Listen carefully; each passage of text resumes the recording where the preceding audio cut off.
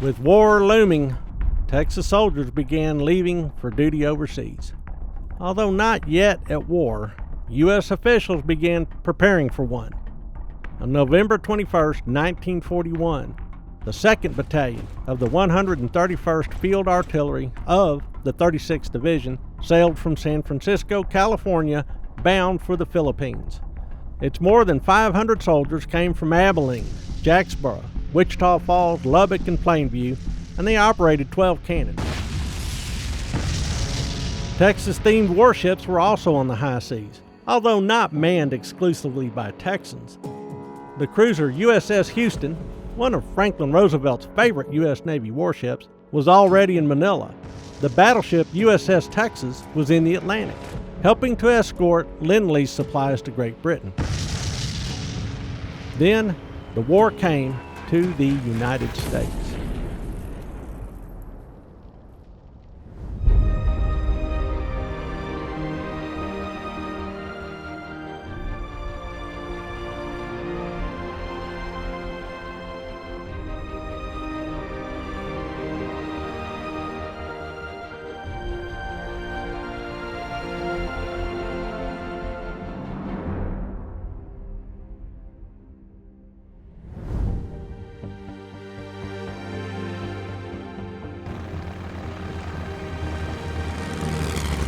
On December 7, 1941, the Japanese attacked the U.S. bases in Hawaii and in the Philippines.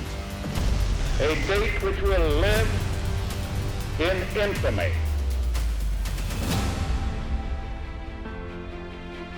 Waco native Dory Miller, serving as a cook aboard the USS West Virginia at Pearl Harbor, Hawaii, performed heroically during the attack.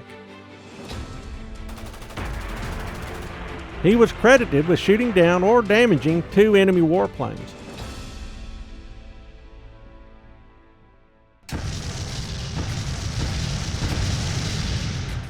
Bad news boiled out of the Pacific.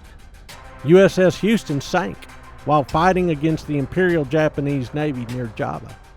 The men of the 2nd Battalion, 131st Field Artillery, at sea when Japan attacked, diverted away from the Philippines and instead went to help Dutch and Australian forces defend Java. The Texans surrendered after hard combat with the Japanese and became known as the Lost Battalion because no one knew what had become of them.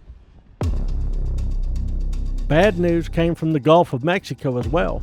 German submarines targeted shipping along the Texas coast and sent dozens of oil tankers, freighters, and passenger vessels to the bottom.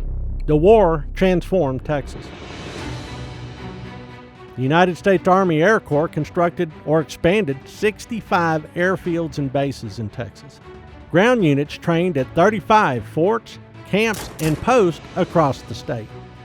Most of these facilities were new or greatly expanded, adding jobs to the Texas economy. 7 naval air stations and bases also dotted the Texas coast, especially around Corpus Christi. Texas also supplied more troops. In March 1942, the Texas-Oklahoma National Guard's 90th Division, the Tough Hombres, reactivated and reported for training at Camp Barkley near Abilene. Camp Hood became the training base for tank destroyers, a new concept encountering German panzers. The 36th T-Patch Division, with a year's training to their credit, had many of its more experienced soldiers and officers transferred to other units to help train their new recruits. Replacements from other states arrived to join the 36th Division, diluting its old Texas character. The Border Patrol cavalrymen in the 112th Regiment, part of the 56th Cavalry Brigade, left their post in the Big Bend and headed for the island of New Caledonia in the faraway South Pacific.